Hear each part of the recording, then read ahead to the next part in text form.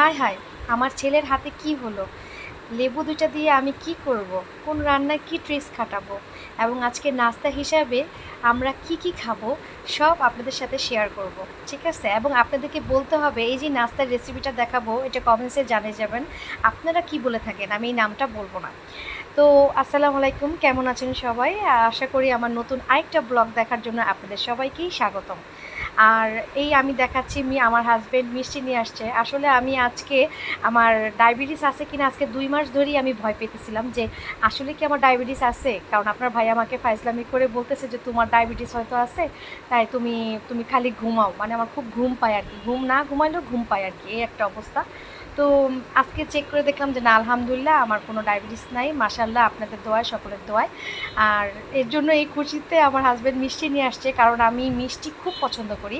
তারপর জাম নিয়ে আসছে, আমি জামটা খুব পছন্দ করি, মানে আজকে আমার পছন্দের সবগুলো খাবারই নিয়ে আসছে। তারপর আমি ভাবলাম আমি কেন আগামীকালকে ওদের পছন্দ, জাম কিন্তু আমার বড় ছেলেরও পছন্দ। তো একটু একটু করে আমি সব শেয়ার করব আসলে সারাদিন আমরা কীভাবে কাটাইছি। আর এই হচ্ছে পাউডার দুধ। তো প্রথম তো সবসময় তো আমরা ডানো দুধটা ইউজ করি, তো এবার একটা নতুন দুধ নিয়ে আসছে, বলতেছে নাও তুমি না চা খাবে, এর জন্য নিয়ে আসছি। কিন্তু বিশ্বাস করেন আমার কিন্তু ওয়েট লস, মানে লস করার কথা, তো আমি গ্রিন টি খাওয়ার কথা ভুল করে এই পাউডার দুধটা নিয়ে আসছে। যাই হোক, এটা সমস্যা নাই। আমি রুটি ছেঁকতেছি, এটা আমি একটা জিনিস দেখাবো আপনাদেরকে। আমি ভিডিও করতেছি, আমি ভাবলাম যে হয়তোবা আমার রুটিগুলো ফুলবে, ওমা ফুলে না, একটা ফুললই না। পরেরটা আবার ট্রাই করলাম, একটু ফুললো, পরে আবার চেষ্টা করলাম, তারপর একটু ফুললো, ফুলাইতে গিয়ে একদম আমার রুটিটা পুড়ে গেল পরেরটাই, যে দেখেন কি একটা অবস্থা। এটা কার কার এমন হয়, কোন কোন আপুদের এমন হয় সেটা বললেন তো, যে রুটি কেন ফুলে না, এই জিনিসটা আমার খুব খারাপ লাগে, কেন রুটি ফুলে না। আর এই যে জাম দেখলেন যে আপনাদের ভাই আমার জন্য জাম নিয়ে আসছে, আমি আবার একটু ভিডিও করতেছি, দেখাচ্ছি আপনাদেরকে যে কীভাবে জাম আমি ভর্তা করি, একদম সহজ করেই করি, একদম বিট লবণ, সাধারণ লবণ আর হচ্ছে কাঁচামরিচ দিয়ে সুন্দর মতো আমি হাত দিয়ে একটু মাখানোর পরে বাটিতে আপনার ভাই আবার ঝাঁকিয়ে এভাবে ভর্তা করে দিল। আমি আসলে ঝাঁকাতে পারি না, আমার হাতে প্রচণ্ড ব্যথা, যেহেতু আগের ব্লগে বলেছি যে আমার হাতে প্রচণ্ড ব্যথা, আমি বেশি ভারী কাজ করতে পারি না। আপনার ভাই আবার সুন্দর মতো ভর্তা করে দিল, সেটা আবার আমরা খাওয়া দাওয়া করতেছি। আমি আবার এখনও খাই নাই, আমার বাচ্চাদের দেওয়ার পরে আমি আবার রান্নার মাঝখানে খাবো, তার জন্য আমি জাম ভর্তাটা রেখে দিছি। এই যে এখন আমি লতি রান্না করব, লতিটা আপনার ভাইয়ের সবচেয়ে পছন্দের খাবার। যে দুইটা লেবুর কথা বলেছিলাম, আপনারা যারা লতিতে মানে কি বলবো আর কি, লতি যারা খায় অনেকে কিন্তু গলাটা একটু চুলকায়, তাই না? তো আপনারা যদি রান্নার মাঝে একটু দিয়ে দেন লেবু, তাহলে কিন্তু পরে লেবু না দিলেও হবে, কিন্তু আপনাদের গলাটা আর ধরবেও না, চুলকাবেও না। আমি আজকে চিংড়ি শুটকি দিয়ে একদম সাধারণভাবেই লতি রান্না করছি। লতিতে রান্না করতে গিয়ে একটা জিনিস ভুল হয়ে গেছে, সেটা হচ্ছে আমি একটু পানিটা বেশি দিয়ে দিছি, মানে একটু গুলুপ্তি হয়ে গেছে আর কি, নরম হয়ে গেছে।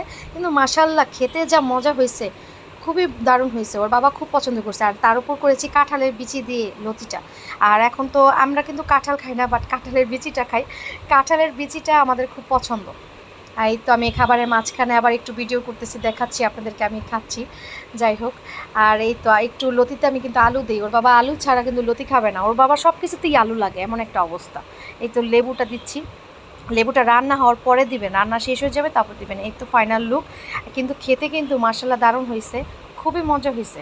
আর আমি বিকালে যে নাস্তাটা রেডি করতেছি সেটা আপনাদের বাসায় এক একজন এক একটা কী নামে বলে, কিংবা আপনারা কি কি নামে বলেন সেটা আজকে কমেন্টস করে জানাবেন যারাই দেখবেন। আর সাবস্ক্রাইব করে দিবেন, কারণ আমার নতুন একটা চ্যানেল, যে চ্যানেলে কিনা আমি চেষ্টা করি কিছু নতুন নতুন কিছু দিতে, তার জন্য একটু সাবস্ক্রাইব করে দিবেন, একটু লাইক করবেন, দেখবো ভালো হয় কিনা। আর আপনারা যদি জানান যে না এভাবে না এভাবে করবেন, তাতেও আমি চেষ্টা করব, যেহেতু আমি সব কিছুতেই আর কি তেমন পারদর্শী না, তাই না? আল্লাহ তাআলা তো প্রতিটা মানুষকেই জন্মগতভাবে পারদর্শী করে তুলে নেয়, তাই না? যাই হোক, ভুল ত্রুটি মানুষেরই হয়ে থাকে।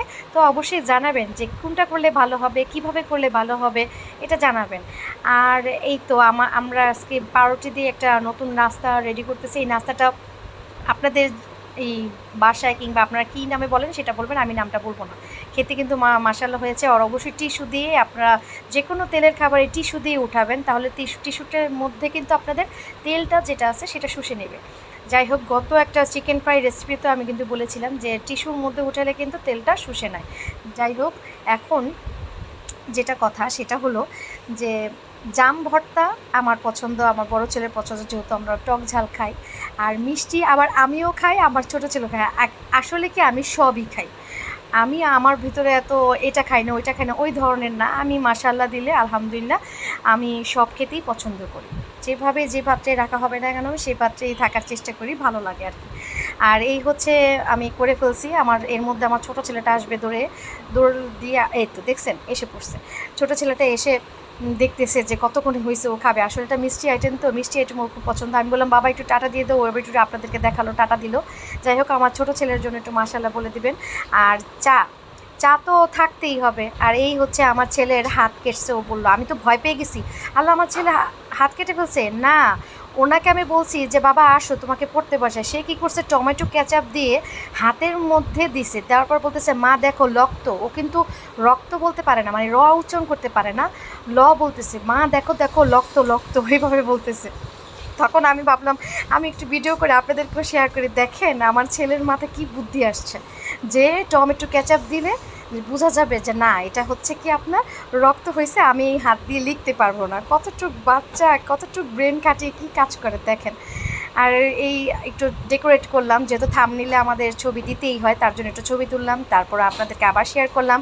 আবারও বলি এতক্ষণ দেখার জন্য আপনাদের সবাইকে ধন্যবাদ, এত ধৈর্য ধরে আমার ভিডিওটা দেখার জন্য।